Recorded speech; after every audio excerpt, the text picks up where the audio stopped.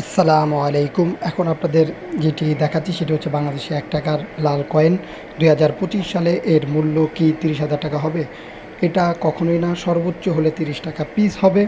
আর এটা নিয়ে অনেক গুজব ছড়ানো হয়, আপনারা সতর্ক থাকবেন এবং সাবধান থাকবেন।